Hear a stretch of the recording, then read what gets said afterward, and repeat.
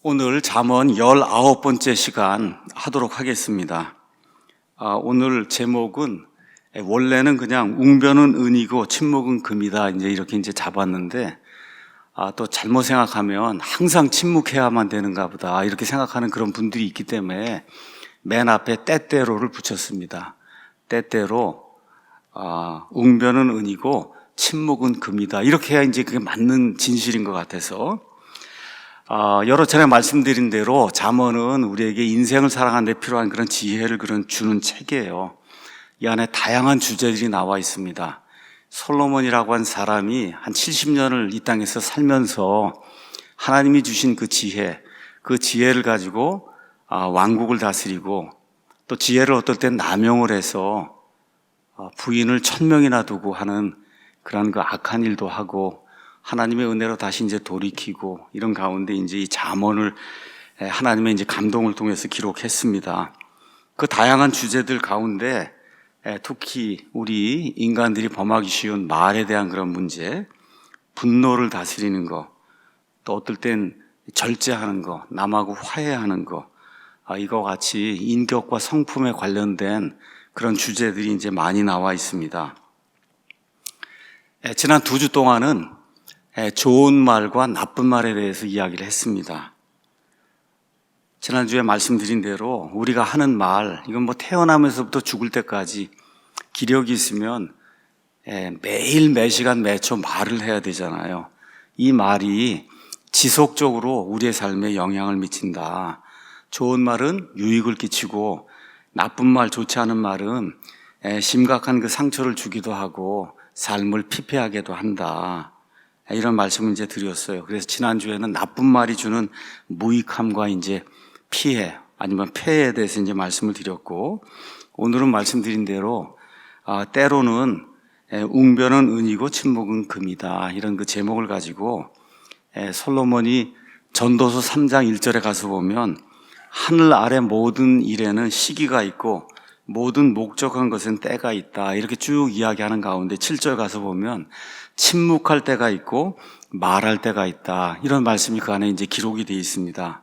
그래서 오늘은 왜 솔로몬이 이렇게 이야기했는가, 침묵할 때가 있고 항상 말하는 게 아니라 어떨 땐 침묵해야 된다, 왜 침묵해야 되는가, 이 침묵이 필요한 이유, 또 침묵하지 않으면 어떤 일이 생기는가, 침묵해야 될 때 침묵하지 않으면 다툼이 생기고 이렇게 되는데 어떻게 우리가 우리 말을 조절할 수 있는가, 조절하지 않을 때 생기는 폐해가 뭔가, 하나님께서 솔로몬의 글을 통해서 우리에게 주신 인생의 지혜를 살펴보는 그런 시간을 좀 갖도록 하겠습니다. 지난 2주 동안도 제가 여러분에게 말씀드린 대로 메인 아이디어로 푸는 잠언, 도서출판 디모데에서 만든 그런 책인데 이 책의 저자는 미국의 맥스 앤더스라고 하는 유명한 침례교 목사님입니다. 그래서 여기 그 메인 아이디어로 푸는 구약 성경의 여러 책들, 그 다음에 신약 성경의 여러 책들은 성경 한 구절 한 구절을 이렇게 원어가 이런 뜻이고 이렇다고 이렇게 강의하는 것이 아니라 어떤 그 부분들을 취해서 저와 여러분이 경건한 삶을 살 수 있도록 인도해 준 그러한 그 주석서예요. 특히 여기 잠언하고 전도서, 이거는 주석서라기보다 그냥 저와 여러분이 옆에다 두고 늘 읽으면 도움이 되는 경건서적이라고 생각하면 좋을 것 같습니다. 제가 대부분의 설교 강해는 혼자 준비를 하는데 이 잠언에 나와 있는 말씀은 지금 특히 요 말하는 거, 분노하는 거, 절제하는 거, 화해하는 거, 격려하는 거, 이런 것은 맥스 앤더스가 너무나 잘 정리를 했기 때문에 제가 거기에 특별히 추가할 게 없어요. 그래서 이 글을 그대로 쫓아가면서 또 제가 준비한 것들, 이런 것들을 여러분에게 예로 보여드리면서 오늘 때때로 웅변은 은이고 침묵은 금이다 이런 말씀을 여러분에게 전달하도록 하겠습니다. 웅변은 은이고 침묵은 금이다 이런 이야기, 격언이라고 이야기하는데 저와 여러분이 어렸을 때부터 많이 들어왔을 거예요. 여기에 적절한 그런 예가 있으면 좋겠다 이런 생각을 하고 제가 좀 자료를 검색을 했습니다. 그랬더니 독수리와 두루미 그 이야기가 자료에 나오는데 이게 상당히 좋은 그런 자료인 것 같고 아마 목사님들이 많이 인용하는 그런 자료인 것 같아서 여러분에게 오늘 잠깐 소개를 하려고 합니다. 사람이 살아가면서 이제 여러 가지 죄를 짓는데 심각한 죄 10가지를 고르면은 그 10가지 중에 9가지는 대개 입으로 짓는 죄다. 그와 같은 통계가 이제 나와 있다 그럽니다. 그러니까 우리가 여러 가지 죄를 짓는데 입으로 짓는 죄가 그만큼 많다는 것을 의미하죠.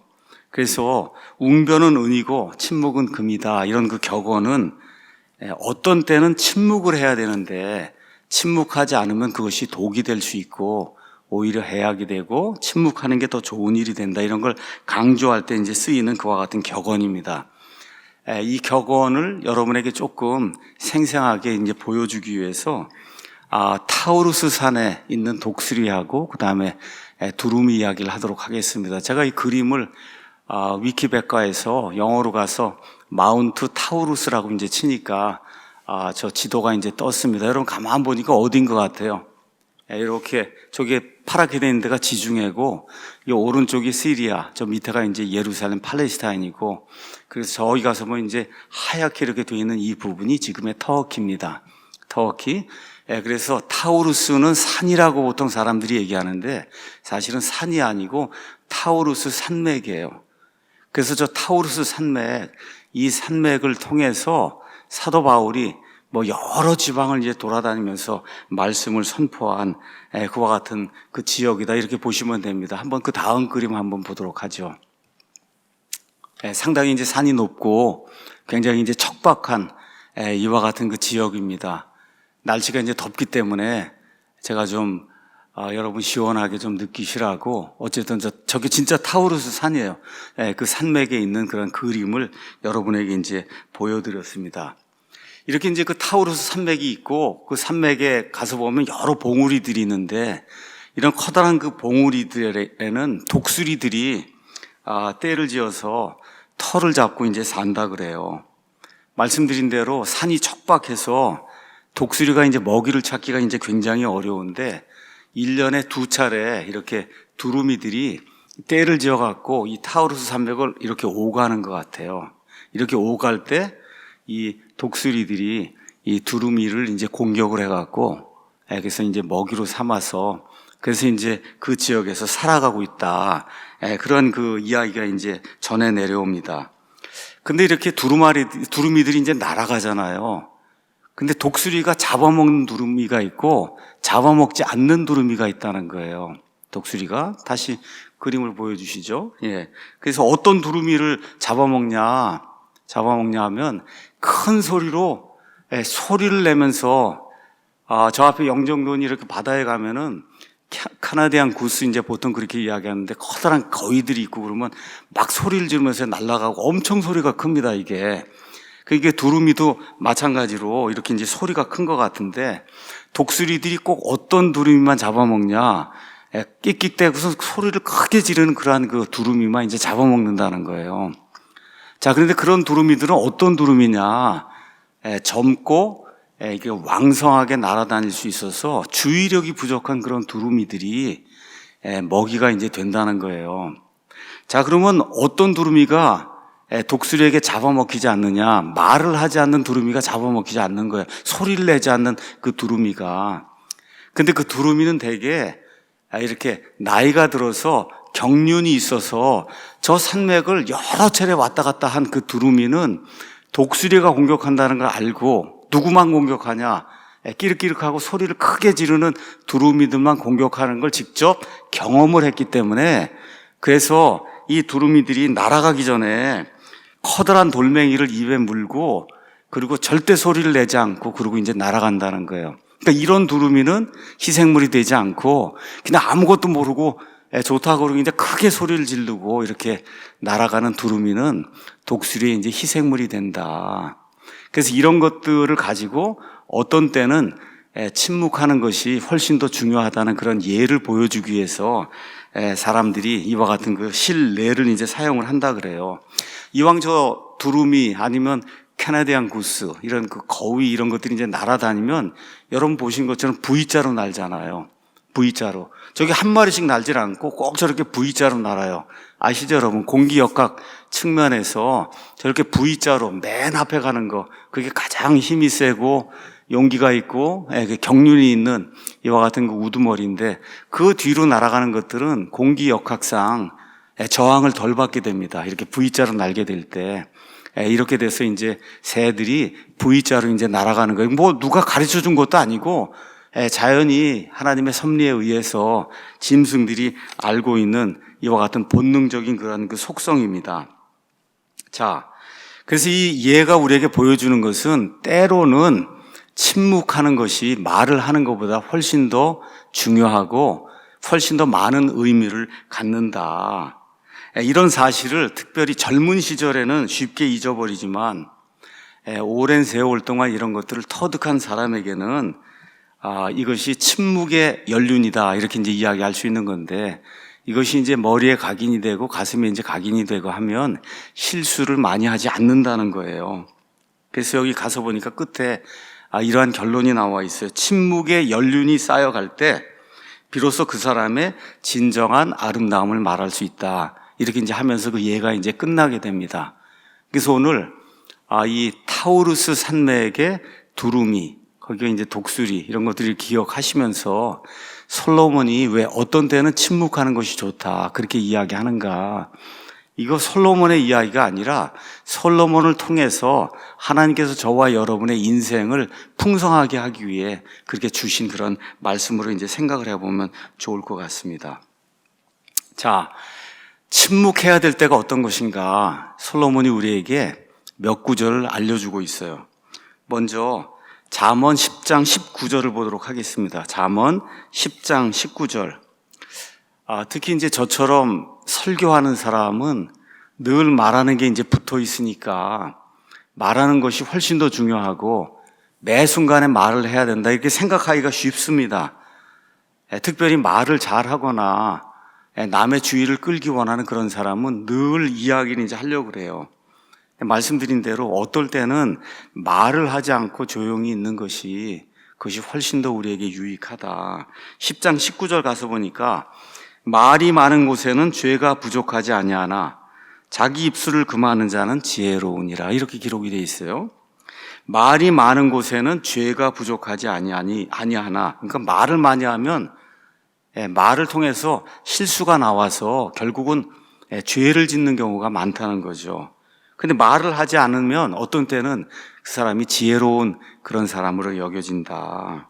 자, 말을 하면 할수록 죄를 지을 가능성이 많다고 지혜에 대한 솔로몬이 우리에게 그렇게 이야기해 주는 거예요. 다시 말씀드립니다. 계속해서 쉬지 않고 우리 입 밖으로 말을 내면은 죄를 지을 가능성이 굉장히 커진다.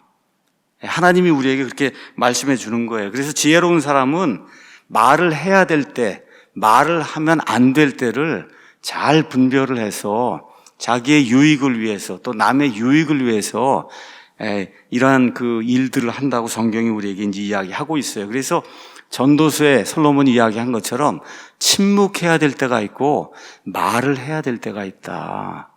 이걸 저와 여러분이 잘 기억하면 우리의 인생이 풍성하게 된다. 성경이 우리에게 그렇게 이야기해주고 있어요.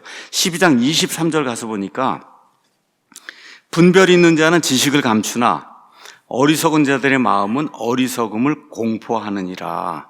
그러니까 이거 감춘다 그래서 지식의 말을 하지 않는다는 것이 아니라 조심스럽게 한다는 거예요. 어떤 사람이 지혜로운 사람이다, 우리는 지혜로운 사람에게 가서 좋은 생각, 좋은 의견을 구하려고 그래요.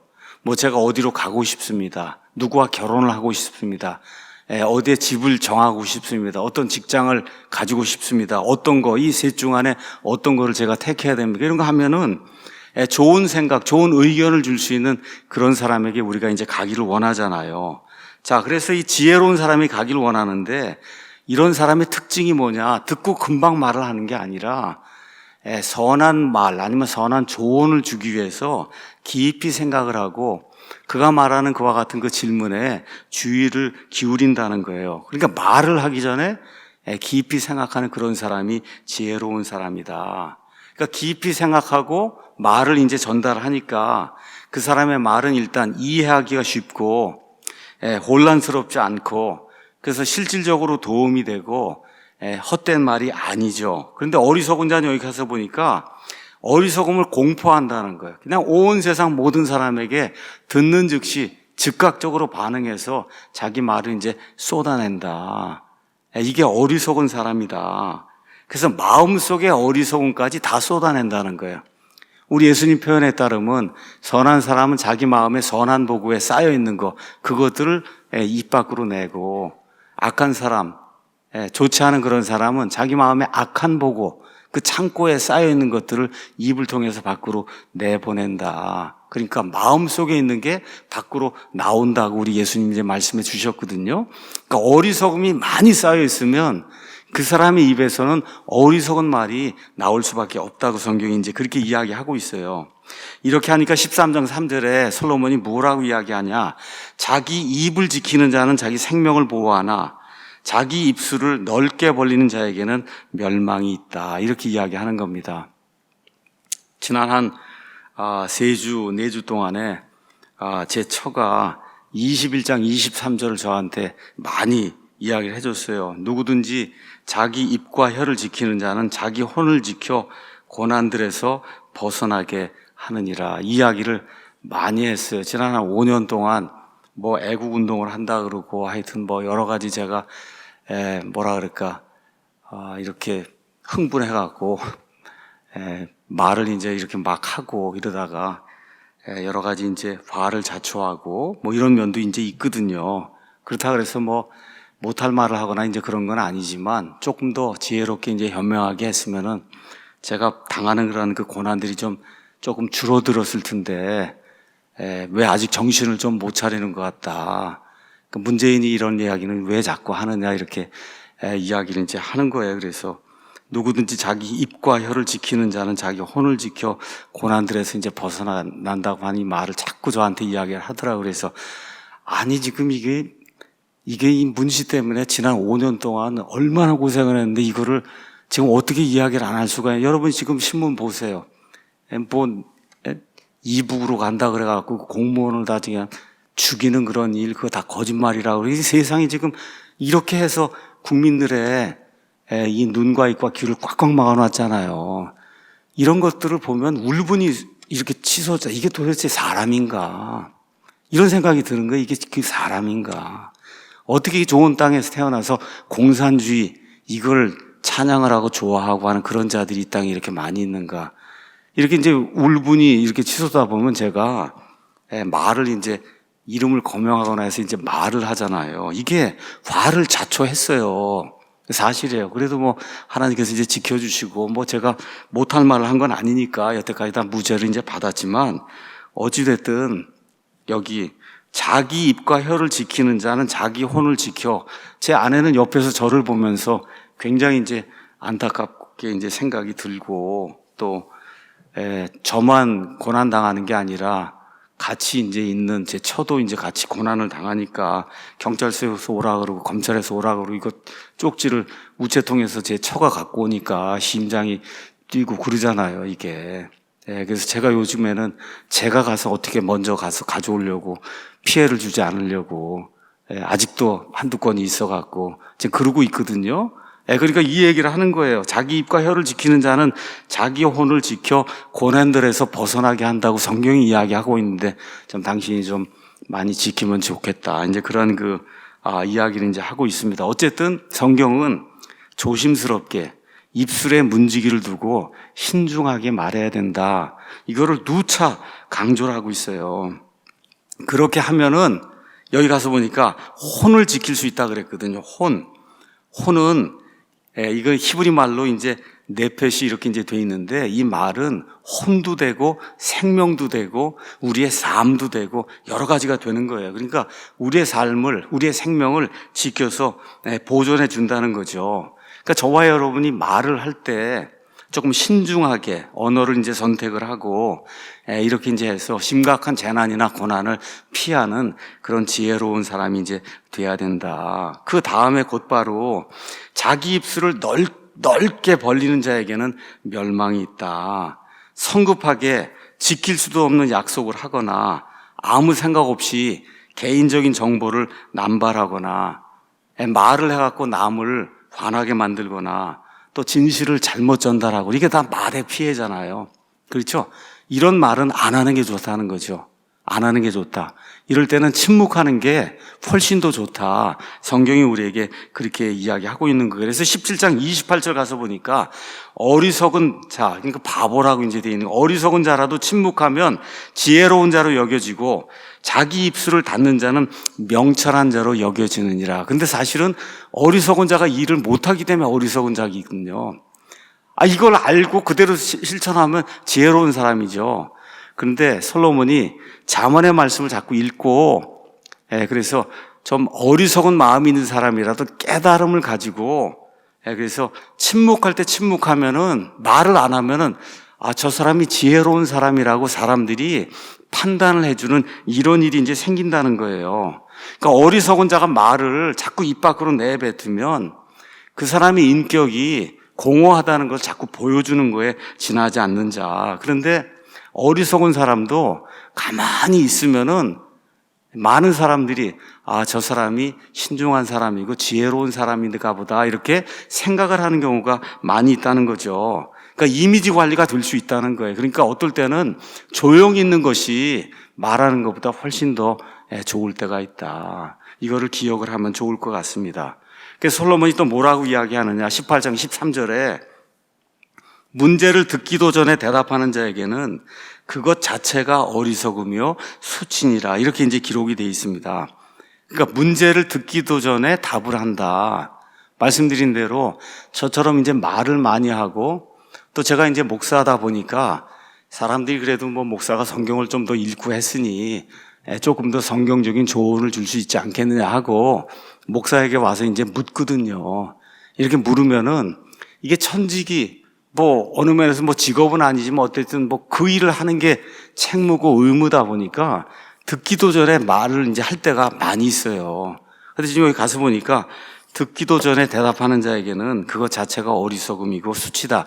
제가 나이가 이제 62세가 만 62세가 됐으니까 이 나이 되면 그래도 뭐 듣기 전에 조금 먼저 대답하는 게 이해가 될 수가 있어요. 그런데 20살, 30살 인생을 살아보지도 않고 어려움을 겪어보지도 않은 사람이 들어보지도 않고 그냥 답을 내거나 하면 어리석음이 되고 수치가 된다고 성경이 이야기하는 거예요.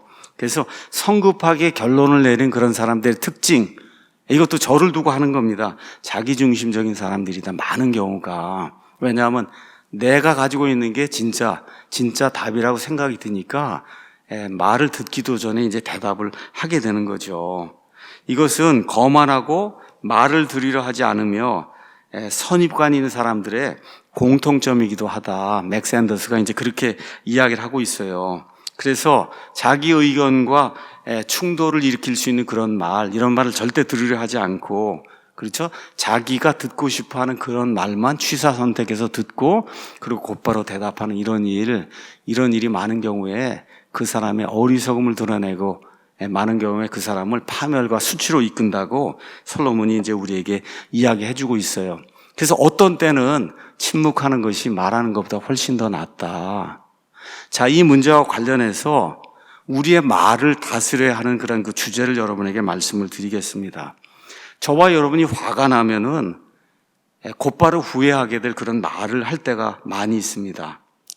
근데 아시다시피 그렇게 말을 하고 나면 이미 때가 늦었죠. 그렇죠?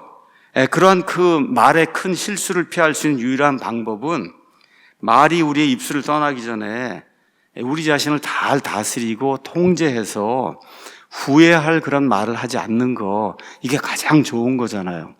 이게 솔로몬이 여기에 대해서 이렇게 이제 조언을 주고 있습니다. 15장 1절에 부드러운 대답은 진노를 돌이키지만 가혹한 말들은 분노를 일으키느니라. 자, 이제 어떤 사람이 이제 화가 났단 말이에요. 자, 화가 나서 뭐라 이야기하면 저도 아니면 여러분도 저 사람 화냈으니까 나도 화를 내야 되겠다 이렇게 생각을 하고 저 상대방의 마음을 상하게 하는 그런 말을 할 수가 있습니다.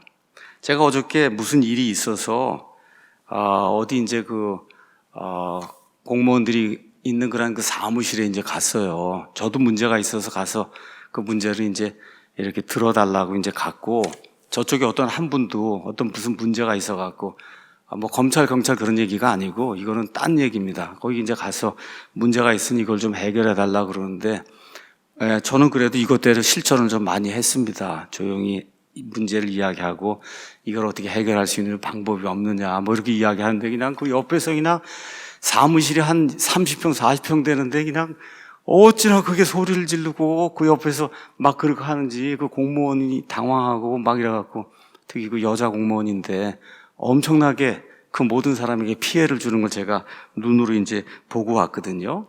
자, 어떤 사람이 화가 났어요. 그럼 나도 화를 내서 같이 상대방에게 이제 맞대응을 하는 그런 경우가 많은데 솔로몬이 이야기하는 거는 이렇게 하는 거는 오히려 더 큰 분노를 일으킨다. 그렇게 소리를 지르고 해갖고 문제가 풀리겠어요. 제가 보기엔 문제 안 풀릴 것 같아요. 더 미워서라도 공무원이 그 처리를 안 해줄 것 같은 그런 생각이 들더라고요. 물론 저는 점잖게 했는데도 들어주지 않았습니다. 그래도 할 수 없죠. 제가 예수님 믿는 사람이고, 그러니까 그냥 알았습니다 하고 이제 돌아왔는데 그렇게 소리를 짓는다고 해서 그 문제가 해결될 거 아니에요. 그렇지 않을 것 같은 그런 생각이 그냥 눈앞에 벌어지는 그런 일을 보니까 머릿속에 이렇게 들더라고요. 자, 그래서 상대방의 이제 분노를 일으키지 않으면서 문제를 해결할 수 있는 많은 경우에 유일한 방법은 부드럽고 온화하게 이야기를 이제 꺼내는 거죠. 그렇죠? 그러니까 분위기가 긴장이 돼 있는데 거기서 크게 화를 내고 소리를 지르고 목청이랑 다 터져라 이렇게 소리를 지르고 하면 그게 문제를 해결할 것 같은데 제가 공무원이라도 그 해결을 안 해줄 것 같은 그런 생각이 좀 들었어요.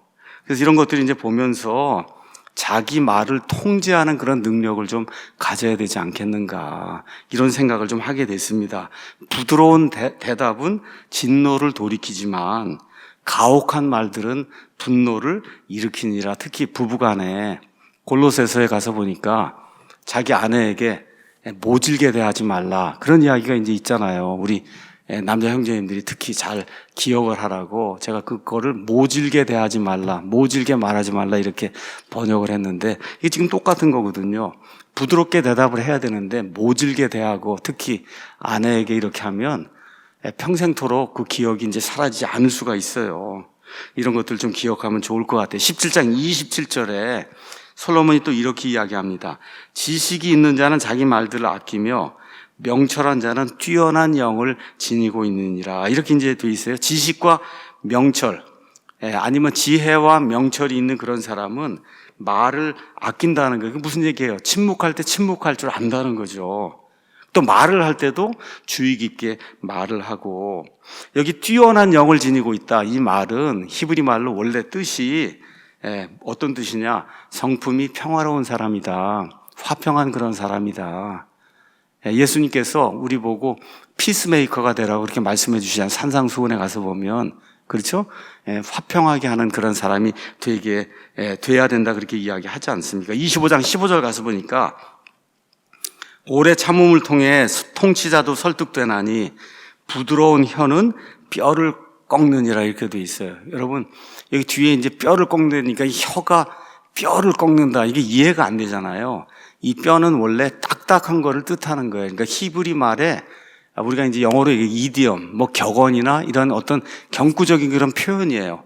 그러니까 부드러운 혀는 딱딱한 것을 꺾는다는 그런 뜻입니다. 딱딱한 것을 꺾는다. 저와 여러분에게 무슨 간청이 있어서 대통령을 찾아가든지 누구를 찾아가든지 하여튼 이렇게 높은 사람을 찾아가야 될 때가 있잖아요. 그런데 그 높은 사람이 제가 어떤 잘못을 저질러서 분노하고 있는 이런 경우라고 생각하면 그 사람을 어떻게 하든지 설득을 해야 되잖아요. 어떨 땐 그게 사장님이 될 수도 있고, 그렇죠? 어떨 땐 아이들 같으면 그게 아버지나 어머니가 될 수도 있고, 이렇게 될 때 그 통치자, 나보다 더 큰 권위를 가지고 있는 그런 사람들을 설득하는 거, 이게 오래 참음을 통해서 부드러운 혀를 통해서 이루어지지, 강경하게 나간다고 해서 이루어지는 게 아니다. 그래서 부드러운 혀는 딱딱한 뼈를 꺾는 그와 같은 역할을 한다. 다시 한번 제가 말씀을 강조해서 드립니다. 부드러운 말은 가장 신랄하고 강력한 그 저항도 무너뜨릴 수 있는 가장 좋은 수단이 될 때가 있다. 어떨 때는 말을 하고 설명을 해야 될 때가 있어요. 근데 소리를 지르거나 해서 그 문제가 해결이 되지 않는다. 그래서 저와 여러분이 지난주에는 야고보서 1장부터 이제 3장까지 그 말씀을 이제 읽었고, 제가 지난주에 말 이야기를 하면서 시간이 날 때마다 5분이면 읽으니까 야고보서 3장 말씀을 좀 많이 읽어라. 그렇게 이제 말씀을 드렸어요. 부탁을 드렸어요. 오늘은 이제 베드로후서 3장에 나와 있는 그런 그 말씀을 이제 읽었는데, 베드로후서 1장, 2장, 3장 나와 있는 말씀을 읽었는데, 야고보서, 베드로전서, 베드로후서는 우리가 이제 일반 서신이다 이렇게 이제 부르는 그런 그 서신이에요. 이 안에는 어떻게 구원받는가, 이게 이제 핵심적인 내용이 아니라 구원받으면 어떻게 살아야 되는가, 이게 핵심적인 내용이에요. 그러니까 구원받기 위해서는 로마서 강해라든지 복음에 대한 그런 설명이 필요하지만, 교회에 나오시는 대부분의 성도들, 특히 우리 교회에 나오시는 대부분의 성도들은 이미 구원받은 그런 성도들이거든요. 이런 경우에는 야고보서나 베드로전서, 후서 이런 그 말씀들을 많이 읽는 것이, 특히 골로새서 이런 데 나와 있는 그런 말씀들을 많이 읽고 우리 삶에 이제 적용하는 것이 가장 지혜로운 것이다. 이렇게 이제 말씀을 드릴 수가 있습니다. 자, 침묵해야 될 때 침묵하지 않으면 어떤 일이 생기냐? 다툼이 생깁니다. 다툼이 생겨요. 반드시 침묵해야 될 때, 아니면 부드럽게 말을 해야 될 때 거친 말을 하거나 말을 막 쏟아놓으면은 그럼 반드시 다툼이 생긴다는 거예요. 근데 솔로몬이 뭐라고 이야기하냐? 한번 다툼이 시작되면 중단하기가 매우 어렵다고 이야기하는 겁니다.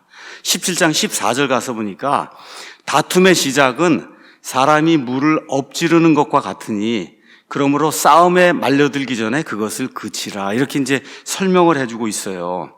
자, 솔로몬이 자연계에서 일어나는 극적인 현상을 지금 우리에게 이제 보여주면서 이 말을 지금 하고 있습니다. 예를 들어 어떤 댐을 쌓아놨어요. 그 댐에 조그만 구멍이 이제 생기면 물이 이제 졸졸졸 흘러나오거든요. 근데 그걸 그대로 두면 하나 뭐 별거 아니겠지. 처음에는 바늘구멍같이 작은 거였지만 이게 점점 커지면 나중에 뚝이 무너지고 댐이 무너지는 이와 같은 일들이 이제 생기게 되잖아요. 그러니까 일단 물이 새기 시작하면 그 과정은 걷잡을 수 없는 파국으로 이어지는 거를 저와 여러분이 늘 경험을 할 거예요. 여러분, 물을 엎질러서 어떻게 되담을 수가 있어요? 되담을 방법이 없잖아요. 일부는 거둬들일 수 있어도 처음에 이게 그릇에 100% 이렇게 차 있는 걸 뒤집어 놓으면은 그거 많이 해봐야, 손으로 긁고 뭐 해봐야 10% 20%밖에 못 걷어요. 나머지는 다 바닥에 이제 쏟아진 그런 상태로 허비를 해야 되는 거거든요. 그래서 솔로몬이 지금 그러한 것들을 이제 이야기하고 있는 거예요. 그래서 이런 걸 해결할 수 있는 유일한 해결책은 손 쓸 수 없는 그러한 사태가 생기기 전에, 그 전에 부드러운 말, 또 어떨 땐 말을 하지 않는 거, 이런 걸 통해서 다툼을 멈추는 거다. 17장 19절에 가서 보면 다툼을 사랑하는 자는 범법을 사랑하며 자기 문을 높이는 자는 파멸을 구하느니라, 이런 내용이 있습니다. 다툼을 사랑하는 자는 죄를 사랑하는 자다, 그런 뜻이에요. 말을 많이 해갖고 상대방의 진노를 일으켜서 다툼을 자꾸 일으키는 그런 사람은 죄를 짓는 사람이라고 성경이 우리에게 이야기해주고 있는 거예요. 왜냐하면 죄를 짓지 않고는 다툼이 불가능하기 때문에 솔로몬이 그렇게 지금 이야기하고 있습니다. 그 뒷구절은 자기 문을 높이는 자는 파멸을 구한다, 이렇게 이제 돼 있는데, 이게 지금 히브리어, 이것도 이디엄이에요. 어떤 경구와 같은 건데, 이걸 그대로 읽으면은 자기 문을 높이면은 파멸을 구한다, 이게 무슨 뜻인지 들어오지 않잖아요. 그냥 그 주석서에 나와 있는 그 히브리 사람들의 그 용례를 그냥 가서 보면 자기 문을 높인다고 하는 게 두 가지 의미가 있다. 하나는 교만하게 말한다는 거예요. 자기 진문을 높이 쌓아갖고, 여러분 높이 쌓아놓으면 성처럼 되고 이러면 내가 위대한 사람이다, 이런 걸 보여주는 거잖아요. 그러니까 교만하게 말하는 그런 사람, 이런 사람은 스스로 파멸을 구하는 그런 사람이다. 첫 번째는 그렇게 이해가 될 수 있고, 두 번째, 자기 문을 높이면은 다른 사람하고 관계가 단절이 되는 거잖아요. 이걸 높여놓으면 다른 사람은 나하고 상관하지 말라, 그렇게 이야기하는 표시로 자기 문을 높이는 거잖아요. 그래서 두 번째 의미로 이걸 보는 이와 같은 견해도 많이 있습니다. 그러니까 내가 내 할 말 내가 다 할 수 있고 나는 스스로 모든 거 해결할 수 있는 이런 사람이니까 다른 사람들과의 관계는 신경을 쓰지 않고 그렇게 산다. 이렇게 주장하는 그런 사람들이 있다는 거예요. 이게 자기문을 높이는 그런 사람인데 이런 사람은 어떤 사람이냐? 파멸을 구하는 사람이라는 거예요. 스스로 멸망에 이르기를 원하는 그런 사람이 이러한 일들을 한다는 거예요. 가서 보니까 켄트 휴즈라고 하는 아주 유명한 그 목사님이 있습니다. 그 목사님이 이 성경 코멘터리를 많이 줘서 주석을 많이 지었고 여러 사람들의 그 주석을 평생 동안 그 사람들이 설교한 것들을 모아서 그래서 성경 주석을 만들어 놓은 아주 훌륭한 켄트 휴즈라고 하는 그런 그 목사님이 있습니다. 이분이 쓴 책이 있는데 그 책의 제목이 경건한 성도의 제자도 이렇게 이제 되어 있어요. 경건한 성도는 어떤 사람이냐? 자기 문을 높이지 않는 사람이다. 후자의 의미로 여러분에게 잠깐 설명하도록 하겠습니다. 이건 말하고는 상관없지만 이왕 이 잠언을 공부하니까 그 의미를 이해하는 것이 좋을 것 같아서 여러분에게 잠깐 여기 맥스 앤더스가 소개한 이 글을 여러분에게 전달하도록 하겠습니다.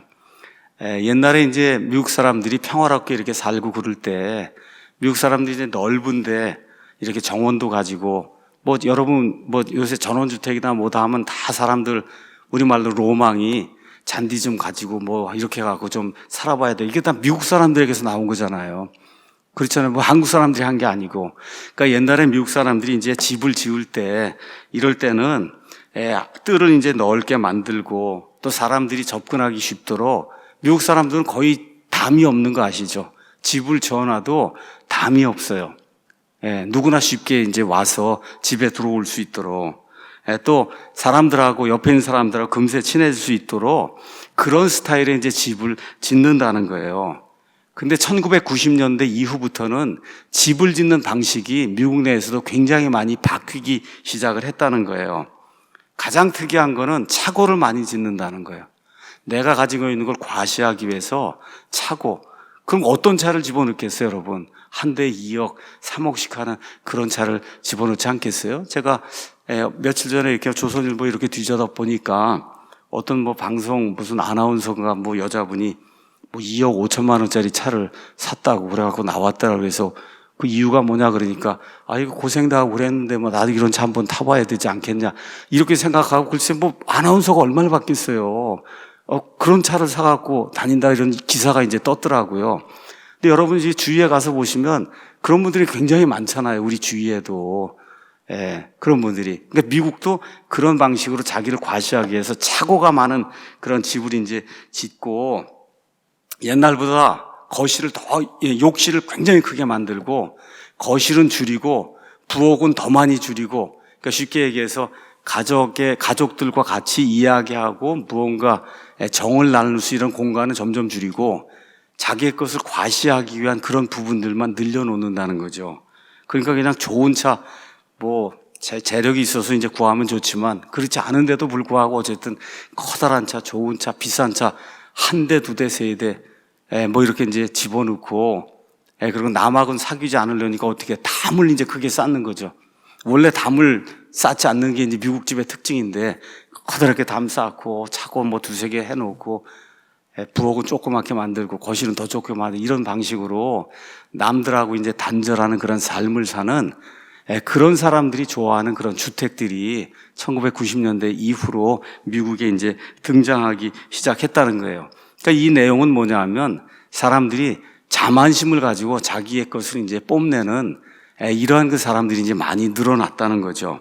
그 잠언은 뭘 이야기하냐? 이런 게 자기 문을 높이는 그런 사람인데 보기에 성공한 것 같아도 파멸을 구하는 사람인데 여러분 인간이 인간하고 관계를 제대로 이렇게 확립하지 않고 혼자 스스로 살 수 있다고 생각하는 것 자체가 그게 파멸을 구하는 거잖아요. 이런 사람들 대개가 결혼하지 않고 혼자 살고 이러면서 자기의 이기적인 것만을 이제 추구하는 이런 경우가 이제 많거든요. 그래서 이거를 후자의 의미로 우리가 이제 번역을 하게 될 때는 우리 주님께서 인간을 만드신 목적이 관계 단절하고 혼자만을 위해서 살라는 그러한 목적으로 해서 만든 것이 아니라 주변 사람들하고 소통을 하고 좋은 인간관계를 가지고 이렇게 사는 것이 중요하다. 그게 인간의 뭐라 그럴까, 본연의 의무다. 교회 안에서도 마찬가지예요. 교회 안에서 예배만 딱 드리고 가고 일주일 있다 또 오고 그런 분들이 굉장히 많거든요.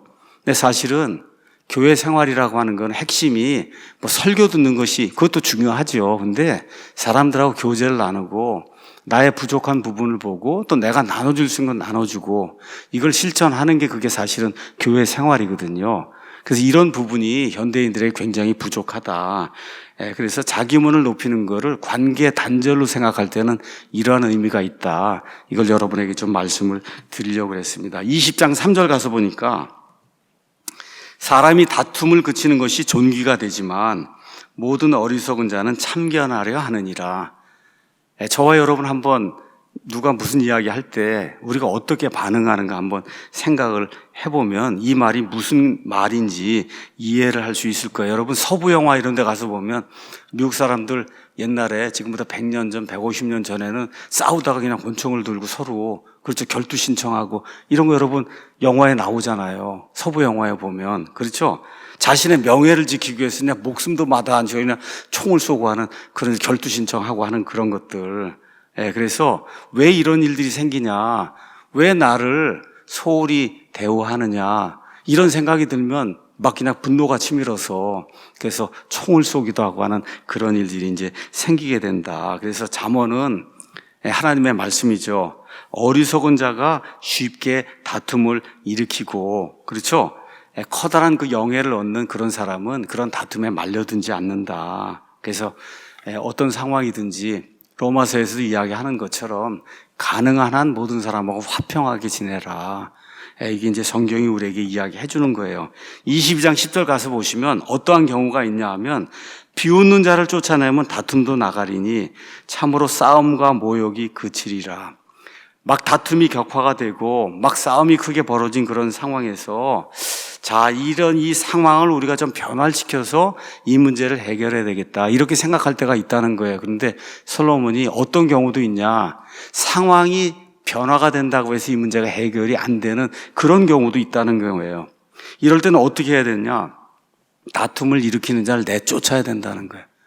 그래서 성경이 이야기하는 게 말을 악하게 하는 자는 심지어 사람들에게 매를 맞는다. 매를 맞고 쫓겨난다고 하는 그런 일이 성경에 이제 기록이 되어 있는 거예요. 특히 아이들도 마찬가지고 부모의 말을 듣지 않고 이렇게 이제 하면은 어떻게 돼요? 매를 맞아야만 그 문제가 해결이 된다는 거예요. 그러니까 어떨 때는 싸움과 모욕을 그치기 위해서 어떨 때는 매를 들어야 되고 어떨 때는 말로다가 엄하게 훈계를 해야 되고 어떨 때는 법적인 소송도 해야 되고 이럴 때가 있다. 그러니까 이런 걸 잘 구분할 줄 아는 그런 사람이 지혜로운 사람이다. 솔로몬이 그렇게 이야기하는 겁니다. 그래서 아까 우리 전도서 가서 한번 잠깐 읽어볼까요? 그러니까 제가 그래서 제목을 때때로를 붙인 거예요. 때때로 웅변은 은이고 침묵은 금이다. 모든 경우에 다 그런 건 바보죠. 말을 해야 될 때가 있고 말을 하지 않아야 될 때가 있는데 모든 때 말을 안 하면 그게 침묵이 금이라 그랬다고 해서 말을 안 하면 그건 바보지 지혜로운 그런 사람이 아니잖아요. 하늘 아래 모든 일에는 시기가 있고 모든 목적한 것은 때가 있으니 날 때가 있고 죽을 때가 있으며 심을 때가 있고 심은 것을 뽑을 때가 있으며 죽일 때가 있고 고칠 때가 있으며 허물 때가 있고 세울 때가 있으며 울 때가 있고 웃을 때가 있으며 애곡할 때가 있고 춤출 때가 있으며 돌들을 버릴 때가 있고 돌들을 함께 모을 때가 있으며 껴안을 때가 있고 껴안는 것을 금할 때가 있으며 얻을 때가 있고 잃을 때가 있으며 지킬 때가 있고 버릴 때가 있으며 찢을 때가 있고 꿰맬 때가 있으며 침묵할 때가 있고 말할 때가 있으며 사랑할 때가 있고 미워할 때가 있으며 전쟁할 때가 있고 화평할 때가 있느니라. 이거를 잘 구분하는 그런 사람이 지혜로운 사람이다. 그런데 많은 경우에 침묵하는 것이 오히려 유익이 될 수도 있다. 솔로몬이 이걸 우리에게 이야기하는 거예요. 그래서 26장 21절 가서 보면 타오르는 숯에 숯을 더하는 것과 불에 나무를 더하는 것 같이 논쟁하기 좋아하는 자는 다툼을 일으키느니라. 이렇게 숯불인데 꺼지려고 그러면 자꾸 숯을 넣어주고 불이 꺼지려고 그러면 나무를 넣어주고 바람을 불어주고 그러면 불이 계속해서 죽지 않고 살잖아요. 마찬가지로 다툼을 좋아하는 그런 사람이 계속해서 다툼을 일으킨다. 그러니까 그런 사람을 멀리하라고, 또 그런 사람이 되지 말라고 솔로몬이 우리에게 이야기를 해주고 있는 거예요. 결론의 말씀 이제 드리도록 하겠습니다. 지금까지 우리가 3시간에 걸쳐서 솔로몬이 하나님의 감동을 통해서 우리에게 준 말에 대한 잠언들을 살펴봤습니다. 3시간에 걸쳐서 아마 한 30에서 49절 정도 잠언에 있는 말과 관련된 거, 좋은 말, 나쁜 말, 그렇죠. 이런 말, 또 어떤 때는 침묵해야 될 때, 침묵하면 안 될 때, 이런 것들과 관련이 있는, 또 그걸 제대로 하지 않으면 다툼이 생기고, 그렇죠. 분노를 일으키게 되고, 이런 것들을 우리가 잘 판단해서 인생을 지혜롭게 살아야 된다. 성경이 우리가 그렇게 이야기를 하고 있고, 그래서 시간을 들여서 우리가 이제 잠언을 공부했어요. 특히 말에 대해서. 자, 잠언 이야기해 주는 거는 지혜로운 말은 지혜로운 마음에서 나온다는 거예요. 예수님 말씀도 똑같습니다. 다시 말해, 저와 여러분의 마음속에 무엇이 있는지를 깨닫지 못하고서는 말을 잘해야 되겠다고 노력하는 게 많은 경우에 허사다. 여러분, 이 마음에 있는 게 밖으로 나온다고 하는데 한두 번은 포장할 수가 있어요. 한두 번은 좋은 말하고 남이 말한 그런 말을 인용을 해서 이렇게 하면 저 사람 지혜로운 사람인가 보다. 이렇게 한두 번은 다른 사람에게 위장을 하거나 해서 그 사람을 속일 수 있지만 궁극적으로 우리 마음속에 있는 게 밖으로 나오는 거잖아요. 우리 마음속에 있는 게. 그러니까 우리 마음속에 무엇이 있는가를 곰곰이 생각하는 사람이 말을 지혜롭게 할 수 있는 그런 사람이다. 그러니까 하나님의 지혜는 여기 주님을 두려워하는 데서 생긴다고 이야기했으니까 말을 하거나 어떤 행동을 할 때 이게 하나님을 기쁘게 하고 하나님을 두려워하는 그런 가운데 하는 건가 하는 거를 깊이 생각하면 좋은 말, 남에게 유익을 주는 말, 그렇죠? 성도들을 기쁘게 하는 그런 말을 할 것이고, 마음이 악한 마음이 들어있고 하면은 아무리 포장을 하려고 해도 그 나쁜 마음, 어리석은 그런 그 마음에서 나쁘고 어리석은 말이 나오니까 우리 마음속에 무엇이 들어있는가를 먼저 살피는 게 지혜롭게 말을 하려고 하는 그런 사람의 첫 번째 준비 사항이다. 이거를 꼭 기억을 하면 좋을 것 같아요. 그래서 골로새서 4장 6절에 너희 말을 소금으로 간 맞춰 항상 은혜롭게 하라. 제가 요즘 좀 많이 생각을 하고 있습니다. 소금으로 간 맞추어 항상 은혜롭게 하라. 그러면 너희가 각 사람에게 어떻게 대답해야 할지 알게 되리라. 그래서 때로는 침묵은 정말 금과 같은 것이고 가장 적절한 대답이 될 수도 있다. 항상 그런 건 아니에요. 때로는 이걸 잘 분별하는 그런 사람이 되면 좋겠어요. 26장 4절, 26장 5절에는 이런 말씀이 기록이 되어 있습니다. 어리석은 자의 어리석음을 따라 그에게 대답하지 말라. 너도 그와 같이 될까 염려하노라. 그 다음 구절엔 어리석은 자의 어리석음을 따라 그에게 대답하라. 그가 스스로 지혜롭게 여길까 염려하노라. 여러분 이상하잖아요. 앞에는 어리석은 자의 어리석음을 따라서 어리석은 사람이 어리석게 말하면 그때 너도 어리석게 이야기하라는 거예요. 그렇게 대답하면 저와 여러분도 그 사람처럼 어리석은 사람이 된다. 근데 어떨 때는 26절을 어리석은 사람이 어리석게 이야기하면 그럼 그 사람에게 올바로 대답을 해줘야 된다는 거예요. 그렇게 대답을 안 하면 그 어리석은 사람이 나는 지혜로운 사람이라 저 사람이 나에게 대답을 못하는구나 이렇게 착각을 할 때가 있다는 거예요. 이 두 구절이 서로 매칭이 잘 안 되잖아요.